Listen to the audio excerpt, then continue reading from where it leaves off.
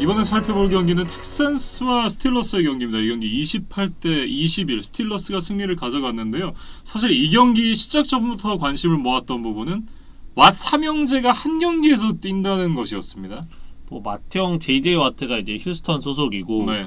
둘째 데릭 와트와 이제 셋째 TJ 와트가 피츠버그 소속이거든요. 그래서 이 삼형제 맞대결이 있었습니다. 네.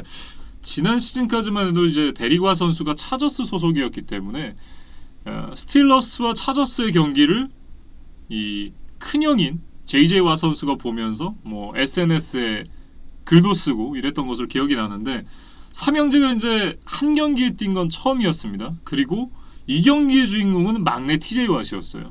뭐 기록을 살펴보면 JJ 와트는 뭐 4개 태클 정도로 뭐 만족을 해야 했고 뭐 데릭 와트는 이제 포지션 자체가 풀백이기 때문에 뭐 이렇다 할 뭐 기록을 내는 포지션이 아니거든요. 예. 그런데 이제 TJ 와트가 4개 태클, 1개의 색, 2개의 태클 포로스, 4개의 쿼터백 히트를 기록하면서 뭐 이 경기에서 이제 가장 빛나는 와트였다. 뭐 이렇게 말씀을 드리겠습니다. 네.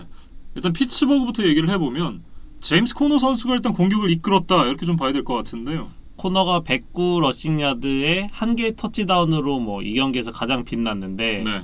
뭐 저는 전체적인 팀 이야기를 해보고 싶어요. 그러니까 2주차 경기까지 러싱 야드 허용 기준으로 이제 최소 1위가 피츠버그였고 최다 2위가 휴스턴이었거든요. 그런데 이제 이 기록이 그대로 좀 반영이 된 뭐 이번 3주차 경기였는데 네. 러싱 야드가 이제 휴스턴이 겨우 29야드였고 피츠버그가 169야드를 기록을 했습니다. 예. 그러면서 피츠버그는 이제 최소 1위 기록을 이어가게 됐고 휴스턴은 이번 경기를 통해서 이제 최다 2위에서 최다 1위 팀이 됐습니다. 결국 이제 이 스틸러스의 스틸 커튼이 이 휴스턴의 러싱을 잘 억제했다 이렇게 좀 봐야 될 것 같고 이렇게 되면 이제 이 정말 왓슨 선수가 점점 더 좀 외로워질 것 같다라는 생각이 드는 휴스턴인데 이 3쿼터까지만 경기를 놓고 보면 일단은 굉장히 좀 팽팽한 경기를 펼쳤습니다만 이 결정적인 한 번의 인터셉션이 이 승부를 결착짓는데 좀 큰 역할을 했다 이렇게 봐야 될 것 같습니다. 4쿼터 이제 마이크 힐튼 선수가 드셔너슨의 패스를 가로챘거든요. 예. 그래서 그 전까지는 양 팀 다 턴오버 없이 좀 팽팽한 승부였는데 여기서 좀 그 균형의 끈이 이제 끊어지고 말았습니다. 예. 피츠버그가 공격권을 가져온 시점이 이 경기 종료까지 이제 13분 30초 정도가 남아 있었거든요. 그랬는데 이 피츠버그가 두 번의 드라이브에서 역전 터치다운을 포함해가지고 12분 동안 시간을 다 태웠습니다. 그래서 휴스턴에게 공격할 기회를 거의 주지 않았어요. 그러니까 단 한 번의 드라이브만 줬고 예. 그마저도 이제 1분 30초 정도 만에 이제 바로 공격권을 넘겨줬던 텍산스였기 때문에 텍산스 팬들 입장에서는 참 답답한 이제 경기 막판이었을 것 같아요. 예. 뭐 이 경기만 그런 것이 아니라 앞서 이제 첫 세 경기 모두 좀 답답한 경기력을 보여줬던 휴스턴이기 때문에 뭔가 좀 달라져야 되겠다라는 생각을 했는지 얼 토머스 선수를 데리고 와가지고 지금 같이 훈련을 하고 있다고 해요. 그러니까 아직 계약을 하지는 않은 예. 것 같고 이제 뭐 훈련에 이제 참가하면서 좀 테스트를 하는 것 같은데 이지만 의원이 얼 토마스를 그 밤에 먹는 라면에 비유를 했잖아요. 예. 이제 편의점에 나가서 라면을 사와서 봉지까지 뜯었다. 이제 그 정도로 좀 뭐 비유를 하고 싶습니다. 예. 그러니까 이진만 위원이 표현을 했던 대로 굉장히 팀에게는 뭐 도움은 되겠지만 그렇게 이제 득만 있는 그런 계약은 아닐 텐데 이런 부분까지도 어쨌든 이 좀 유혹을 이겨내지 못하는 걸 보면 빌 오브라이언이 절대 좋은 단장은 아닌 것 같다라는 생각을 조금 더 하게 만드는 그런 움직임이 아닌가 싶습니다. 그리고 그만큼 휴스턴이 지금 절박하고 잘 안 풀리고 있다는 반증이 아닐까 싶어요. 뭐 이대로 휴스턴이 계속해서 이제 연패 행진을 이어가게 된다면 오브라이언의 자리 역시도 좀 안정적이지 않을 것 같다라는 생각이 드네요. 뭐 워낙 구단주 일가의 이제 신임을 받고 있는 것으로 알려져 있는 빌 오브라이언인데 뭐 그거는 이제 지난 시즌까지 성적이 나쁘지 않았기 때문이기도 하거든요. 그럼요. 네. 네, 그런데 이렇게 계속 연패를 하게 된다면 뭐 그럼에도 불구하고 계속해서 신뢰를 보내줄 구단주는 아마 세상에 없을 겁니다. 예. 뭐 어쨌든 이 빌 오브라이언 감독 그리고 이제 단장경 감독이죠. 이 행보를 좀 지켜봐야 될 것 같고 피츠버그는 2010년 이후에 처음으로 3승 무패로 시즌을 시작을 했습니다. 이보다도 좋은 출발이 있을 수 있을까 싶은데요. 그 2010년 당시의 기록을 살펴보면 슈퍼볼까지 갔었어요. 그런데 에런 로저스와 이제 그린베이의 벽에 막히면서 당시 준우승에 그쳤던 피츠버그였습니다. 그런데 일단 그 이후로 이제 가장 좋은 시즌 출발을 하고 있고 다음 주에 이제 테네시와의 맞대결이 있는데 테네시의 창 그리고 피츠버그의 방패 어느 쪽이 더 강할지 뭐 지켜보시면 재밌을 것 같습니다. 다음은 이제 신시내티 벵갈스와 필라델피아 이글스의 경기를 살펴보도록 하겠는데요. 이 경기는 23대 23 무승부로 끝이 났습니다. 제가 경기를 보는 내내 와 이거는 진짜 누가 이겨도 이상하지 않겠는데? 라는 생각을 했었는데 정말 누구도 이기지 못했어요. 이번 시즌 첫 무승부인 것 같아요. 예. 네, 그리고 첫 승이 정말 간절했던 두 팀의 맞대결이었는데 좀 허무하게 이제 무승부로 끝이 나고 말았습니다. 네, 일단 이제 이글스 얘기부터 먼저 해봐야겠습니다. 카슨 웬츠가 어딘가 좀 이상하다라는 생각이 좀 드는데 지난 램스와의 경기에서도 졸전을 펼쳤던 카슨 웬츠였잖아요. 이 경기에서도 이제 한두 번 정도 좋은 모습을 보여주긴 했습니다만 시작부터 인터셉션을 기록을 하면서 굉장히 좀 졸전을 펼쳤다 이렇게 얘기를 해야 될 것 같습니다. 그러면서 현지에서도 좀 카슨 웬츠에 대한 의문이 조금씩 나오기 시작했습니다.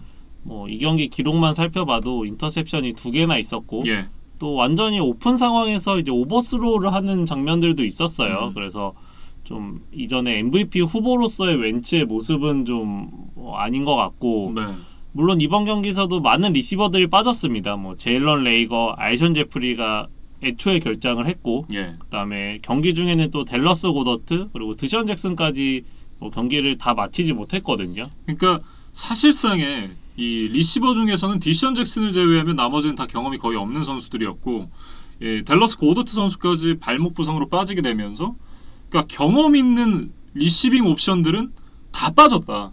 이렇게 좀 얘기를 해야 될 것 같습니다. 그러니까 뭐 제걸츠 정도만이 있었는데 네. 뭐 혼자서 뭐 모든 경기를 풀어갈 수는 없는 거니까 웬츠에게 이제 주어진 환경이 굉장히 불리하기는 했습니다. 예. 근데 그럼에도 불구하고 좀 프랜차이즈 쿼터백답지 않게 좀 무너지는 모습들이 있었습니다. 예. 그리고 이제 전반 내내 좀 이 버로우를 타고 있던 조 버로우가 전반 마지막 가서 굉장히 좋은 모습을 보여주면서 이 터치다운을 만들어냈습니다. 역시나 이 클러치 상황에서 좀 강한 면모를 또 보여줬습니다.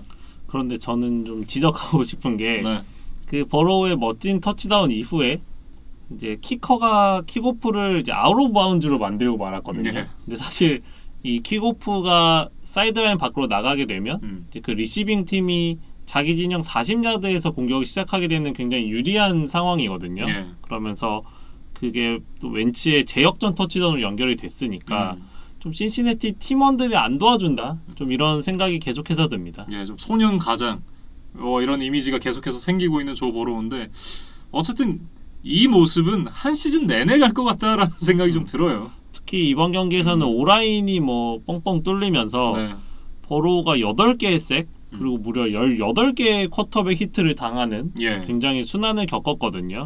이날 경기에서 제가 봤던 버로우 선수의 모습은 포켓이 형성이 되면 패스가 연결이 되고 포켓이 뚫리면 히트를 당하거나 뭐 색을 당하거나 아니면 이제 뭐 패스가 연결되지 않거나 뭐 이런 경우들이었거든요. 그러니까 어쨌든 오라인이 좀 시급하다. 오라인의 문제가 좀 빨리 해결이 돼야 된다라는 생각이 좀 들었습니다. 뭐 아마 이번 시즌 끝나고 그리고 다음 시즌 드래프트에서 이제 벵갈스의 뭐 과제는 좀 명확한 것 같습니다. 예.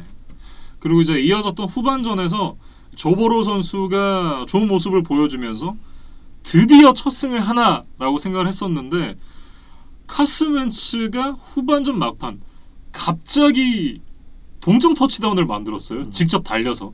그러니까 경기 종료 3분까지 그 벵갈스가 7점 앞서고 있었거든요. 그래서 버로우의 감격적인 NFL 데뷔 첫 승이 좀 눈앞에 왔었는데 그때도 이제 그 수비 선수들이 패스 인터피어런스 반칙을 2개나 범하면서 이글스에게 기회를 줬어요. 그리고 카슨 웬츠가 좀 요새는 이제 스크램블링으로 뭐 경기를 풀어가는 모습이 잘 보이지 않았는데 4쿼터 막판에는 이제 좀 승부욕이 발동을 했던 것 같아요. 그래서 근데 사실 이것도 수비 쪽에서 전혀 도와주지 못해서 그쪽이 완전 뻥 뚫려 있었습니다. 그래서 웬츠가 패스보다는 이제 직접 달리는 걸 선택을 하면서 동점 터치다운을 만들어냈고 이제 경기는 연장으로 갔습니다. 예. 그러니까 연장까지 이어진 승부가 정말 이 경기를 집약적으로 보여주는 경기가 아니었나. 그러니까 양쪽 공격이 무언가를 만들어내지 못하는. 그러니까 오히려 이제 수비 쪽이 좀 더 강력했던 경기였고 계속해서 이제 펀트 공방전으로 이어지다가 그대로 경기가 끝이 났습니다. 그런데 이제 경기 막판을 좀 살펴보고 싶은데 네. 이글스가 뭐 그런 이제 지리한 공방전 끝에 59야드 필드골 기회를 잡았어요. 이글스의 키커 제이크 엘리엇은 61야드 필드골을 성공한 경험이 있는 이제 굉장히 장거리 킥에도 능한 선수거든요. 심지어 그걸 루키 시즌에 해냈죠. 그리고 이 경기에서도 앞서 54야드 필드골을 넣은 적이 있었으니까 예. 뭐 먼 거리긴 했지만 충분히 가능했습니다. 그런데 여기서 오펜시브 라인에 있는 맷 프라이어라는 선수가 폴스 스타트 반칙을 범하면서 5야드를 물러났어요. 예. 그러면서 이제 64야드 필드골을 차야 되는 상황이 된 거죠. 그래서 덕 피더슨 감독이 좀 고심 끝에 결국 펀트를 선택했고 결국 양 팀은 이제 무승부로 경기를 끝냈는데 네. 이 선택에 대해서 현지에서 좀 비판하는 그런 이제 여론들도 있더라고요. 예. 이 제이크 엘리엇 선수가 54야드짜리 필드골을 성공시킬 때만 해도 물론 이제 이 카메라가 골대 뒤에 있었기 때문에 그렇게 보였을 수도 있지만 어쨌든 54야드를 찼는데 한 10야드는 더 멀리서 찼어도 들어갔을 것 같은 그런 필드골이었었거든요. 그러니까 64야드였더라도 한 번은 시도를 해볼만 하지 않았을까. 이날 엘리엇의 컨디션이 워낙 좋았기 때문에 저는 그런 아쉬움이 좀 남긴 하더라고요. 참고로 말씀을 드리면 역대 NFL에서 이제 최장거리 필드골 성공 기록이 바로 이 64야드입니다. 예. 그래서 맷 프레이터 선수가 2013년에 세운 기록이었거든요. 그래서 어쨌든 역사에 한 번쯤은 있었던 일이었다는 거죠. 예. 그래서 그거를 이 피더슨 감독이 알고 있었다면 한번 좀 도전을 해보는 게 어땠을까 뭐 싶은 생각인데 사실 잃을 것도 없는 상황이니까요. 그런데 결국에는 좀 보수적인 결정을 했고 예. 이제 무승부로 경기가 끝이 나고 말았습니다. 어쨌든 뭐 이글스 입장에서도 아쉬울 그리고 이제 벵갈스 입장에서도 굉장히 좀 아쉬웠을 그런 경기가 아니었나 이렇게 좀 정리를 해보겠습니다. 이렇게 신시내티 벵갈스와 필라델피아 이글스의 경기까지 얘기를 해봤고요. 다음 살펴볼 경기는 샌프란시스코 49어스와 뉴욕 자이언츠의 경기입니다. 이 경기는 36대9 나이너스가 승리를 가져갔는데요. 사실 이제 나이너스가 부상자가 워낙 많았고 주전 쿼터백 지미 가로폴로까지 부상을 당한 상황이기 때문에 좀 어려운 경기가 되지 않겠느냐라고 생각을 했었는데 의외로 나이너스가 너무 손쉽게 경기를 승리로 가져가서 좀 벙쪘던 그런 경기였습니다. 그 옛날에 개그 콘서트에서 유행했던 그 수다맨 코너가 있었잖아요. 네. 그러니까 강성범 씨가 이제 엄청난 양의 그 뭐 지하철역이든 뭐든 이제 그 주제를 외워와서 이제 쭉 풀어놓는 개그였는데 이 나이너스의 부상 선수들을 이제 수다맨이 좀 외워야 되지 않을까 싶을 정도로 그 정도로 정말 부상 선수가 많았거든요. 네. 제가 심지어 지난주에 이제 49어스가 아니라 39어스 내지는 이제 29어스다라고 얘기를 할 정도로 부상자가 굉장히 많았었던 49어스인데 뭐 이날 거의 주전 선수들 다 빠졌어요. 뭐 한 명씩 좀 얘기를 예. 해보면 뭐 가로폴로, 키틀, 모스터트, 테빈 콜먼, 세뮤얼, 닉 보사, 솔로몬 토마스, 디포드, 드레이 그린로우, 리차드 셔먼 여기까지가 정말 주력 선수들이거든요. 예. 근데 뭐 그 외에도 또 추가적으로 있기 때문에 정말 뭐 차포, 마상 다 떼고 했는데 네. 그냥 졸만으로 이제 뉴욕 자이언츠를 이겼다 이렇게 좀 말씀을 드려도 될 것 같아요. 예. 특히나 이제 닉 멀린스 선수의 활약이 좀 빛났던 그런 경기였다라고 말씀을 드려야 될 것 같습니다. 이날 경기에서 이제 343야드 하나의 터치다운을 기록하면서 백업 중에 내가 최고다라는 모습을 보여줬습니다. 그리고 스킬 플레이어진에서도 뭐 제릭 맥키넌, 뭐 브랜든 아이유, 켄드릭 본, 제프 윌슨 이런 좀 아직은 확실한 주전이라고 볼 수 없는 선수들이 이제 골고루 활약을 해줬어요. 예. 그러면서 그 빠졌던 주전 선수들의 공백을 어느 정도 메워줬습니다. 다만 이제 고민거리도 하나 생겼던 나이너스였는데 이날 경기에서 롱스네퍼가 굉장히 좀 좋지 않은 모습을 보여줬습니다. 저희가 리뷰를 하면서 롱스네퍼에 대한 이야기를 한 거는 처음인 것 같아요. 예. 이제 그 정도로 좀 눈에 잘 띄지 않는 포지션인데 이 경기에서 그 카일 넬슨이라는 나이너스의 롱스네퍼가 좀 자주 카메라에 비쳤어요. 예. 그래서 저도 그 나이너스의 킥 장면들을 다시 한번 돌려봤는데 뭐 시작부터 이제 굉장히 높은 스냅도 이제 있었고 그다음에 이제 가장 중요했던 거는 두 장면인데 후반에 이제 스냅이 너무 낮게 되면서 사실상 거의 땅으로 굴러왔거든요. 예. 그러면서 두 번이나 그 킥 시도를 아예 하지 못하고 그 홀더가 그걸 잡고 이제 뭐 다른 플레이를 시도할 정도로 스냅이 좋지 않으면서 뭐 나이너스가 이제 엑스트라 포인트들을 이제 성공을 못하는 장면들이 있었거든요. 예. 이제 물론 점수차가 워낙 크게 났기 때문에 뭐 대세에 큰 지장은 없었지만 좀 오게 튀었다 이렇게 좀 말씀을 드리겠습니다. 네. 이 경기도 사실 앞서 제츠의 경기처럼 나이너스가 물론 강한 팀이긴 합니다. 지난 시즌에 이제 슈퍼볼에 진출을 한 팀이니까요. 그런데 부상자가 워낙 많았으니까 경기가 힘들지 않을까 생각을 했었는데 말씀드린 대로 이제 결과는 일반적인 승리였기 때문에 자이언츠 역시도 상대 팀을 굉장히 좀 강하게 보이게 하는 그런 팀인 것 같다. 그런 생각이 좀 듭니다. 뭐 데니얼 존스 얘기를 잠깐 해보면 예. 저희가 지난 시즌부터 뭐 성적은 그렇게 좋지 않지만 뭐 그래도 기대되는 모습들이 있다 이런 식으로 좀 비교적 이제 긍정적으로 이야기를 드렸던 것 같은데 네. 이번 경기에서 지금 보면 179야드에 한 개의 펌블, 한 개의 인터셉션만 있었거든요. 좀 약해진 나이너스를 상대로도 이런 정도의 경기력밖에 나오지 않는다는 점은 분명히 실망스럽습니다. 네. 역시나 이제 세이콘 바클리 선수의 공백을 느낄 수가 있는 그런 경기였던 것 같고 새롭게 이 디본타 프리먼 선수가 자이언츠에 합류를 하게 됐는데 역시나 이제 프리먼 선수도 아직까지는 뭐 이렇다 할 모습을 보여주지 못했습니다. 데니얼 존스를 제외한 나머지 선수들의 러싱 야드가 단 17야드였거든요. 예. 뭐 이래서는 뭐 경기를 도저히 이길 수가 없습니다. 예. 그러면서 이제 뉴욕에 있는 두 팀의 승패 합계가 무승 6패가 됐습니다. 그러니까 이쯤 되면 뉴욕의 팬들이 너네 뉴욕 아니잖아. 니네 뉴저지잖아. 라고 얘기를 할 수 있을 법한 그런 상황이 되어가고 있는데 뭐 사실 이제 뉴욕주에 있는 팀은 버팔로 하나니까요. 사실 예, 실질적으로 이제 이 뉴욕에 훨씬 더 가까운 팀은 두 팀이긴 하지만 이 멜라이프 스타디움 자체가 위치하고 있는 곳이 뉴저지이기 때문에 좀 외면을 할 수도 있지 않을까 이런 생각이 좀 들긴 하네요. 뉴욕이 뭐 워낙 글로벌한 도시고 네. 뭐 또 극성이잖아요. 네. 그런데 이렇게 지난 시즌에 이어서 뭐 최근 계속 뉴욕에 있는 풋볼 팀들이 부진한 성적을 내고 있습니다. 이 두 팀이 붙는 경기가 있었다면 참 기대가 됐을 것 같은데 일단 이번 시즌에는 없죠. 뭐 이 두 팀은 이제 컨퍼런스가 다르기 때문에 이제 4년에 한 번씩만 만나거든요. 네. 그래서 서로가 서로를 만나지 못하는 게 좀 아쉬울 것 같습니다. 예. 어쨌든 이제 뉴욕 두 팀의 부진이 이렇게 짧게 끝날 것 같지는 않습니다. 계속해서 좀 이어질 것 같아요. 어쨌든 예, 샌프란시스코 49너스와 뉴욕 자이언츠의 경기까지 얘기를 해봤습니다. 다음 살펴볼 경기는 이제 타이탄스와 바이킹스의 경기입니다. 31대 30 타이탄스가 승리를 가져갔는데요. 정말 이제 화끈한 화력전을 펼쳤었던 양 팀이었습니다. 그 결과 타이탄스가 승리를 가져갔는데요.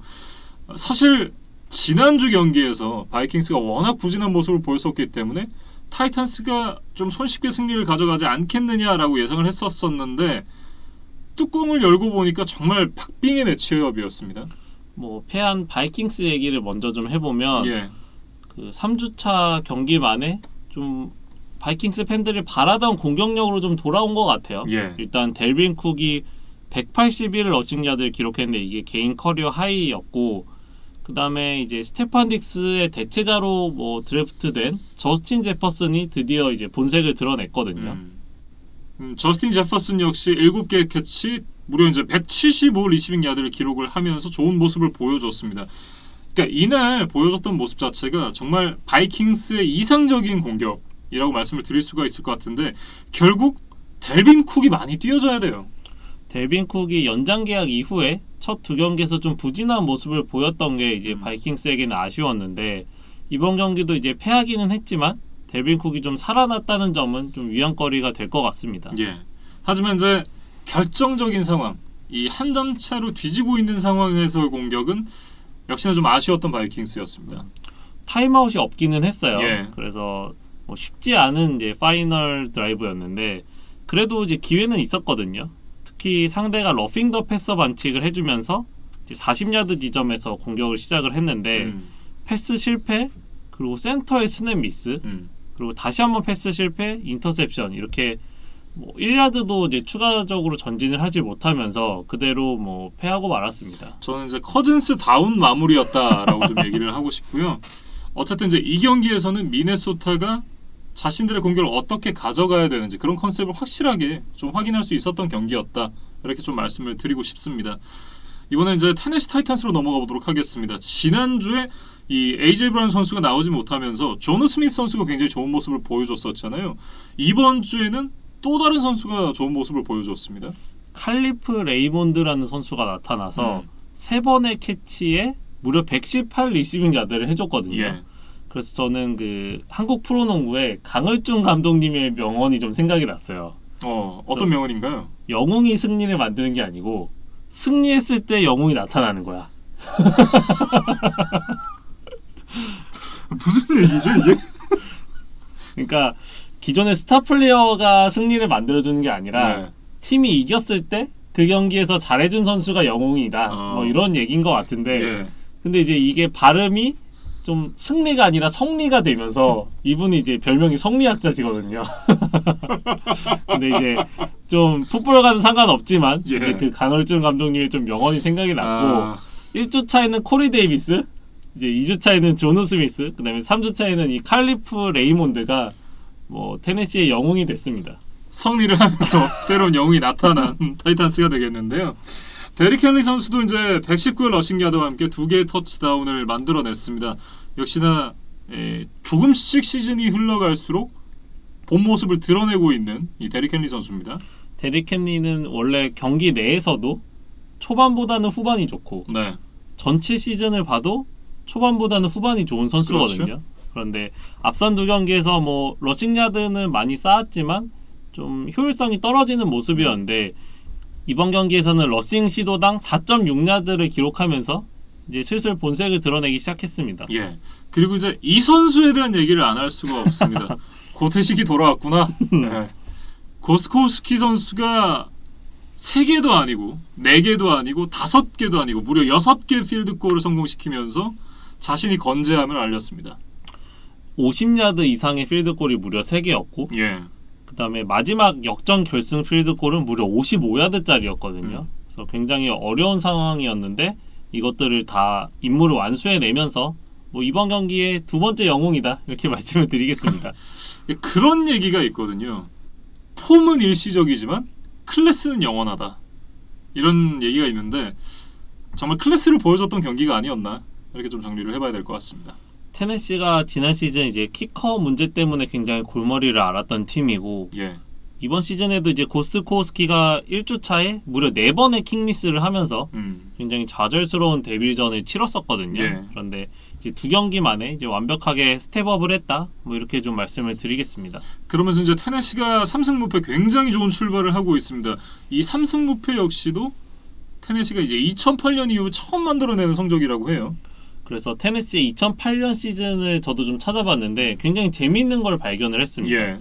이 당시에 테네시가 개막 후 10연승을 달리면서 13승 3패로 AFC 1번 시드로 플레이오프에 진출을 했어요. 그런데 첫 경기였던 이제 디비저널 라운드에서 6번 시드였던 볼티모어에게 업셋을 당하면서 탈락을 했거든요. 예. 근데 이 얘기 한번 어디서 좀 들어보신 것 같지 않으세요? 지난 시즌 이 플레이오프와 정반대 상황인 거죠? 그러니까 6번 시드 테네시가 당시에 정규 시즌에서 센세이션을 일으켰던 이제 1번 시드 볼티모어를 잡아냈었잖아요. 근데 그 반대의 역사가 이제 2008년에 있었다는 걸 발견한 게 이제 굉장히 흥미로웠습니다. 네. 어쨌든 이제 타이탄스가 굉장히 좋은 출발을 보여주고 있는데 좀 상황이 좀 좋지 않습니다. 일단 제동이 걸릴지도 모르는 그런 상황이 생겼습니다. 지금 이제 타이탄스에서 3명의 선수 그리고 5명의 스태프가 코로나 바이러스 확진 판정을 받았습니다. 그러면서 이제 이 모든 시설이 셧다운이 됐는데 상대편이었던 바이킹스 역시도 이 모든 시설을 셧다운을 한다고 해요. 그러면서 이제 다음 주에 타이탄스는 스틸러스와 경기를 하게 되고 바이킹스는 이제 텍산스와 홈 경기를 하게 되는데 일단은 이제 NFL 사무국 쪽에서는 이 경기들을 그대로 하기를 원하고 있는 상황이기는 해요. 그러면서 이제 이 타이탄스의 코치들이 이제 선수들한테 얘기를 하기를 일단 이제 우리가 뭐 훈련을 하지 못한다고 해도 뭐 변명 없이 그냥 우리는 경기를 할 거다라고 이제 뭐 얘기를 했다고는 하는데 어떻게 될지는 좀 지켜봐야 되는 상황이 되겠습니다. 다행히 미네소타 선수단 쪽에서는 이제 아직 코로나 양성 판정을 받은 사람은 없었어요. 네. 그런데 이제 테네시 쪽에 지금 좀 문제가 되는 상황입니다. 그런데 이게 좀 NFL 리그 전체 중단으로 좀 이어지지 않았으면 좋겠어요. 네. 어쨌든 시즌 중단만은 있어서는 안 되겠죠. 그런 일이 없었으면 좋겠고 기존에 이 코로나 바이러스에 걸린 8명도 빨리 좀 회복을 했으면 좋겠습니다.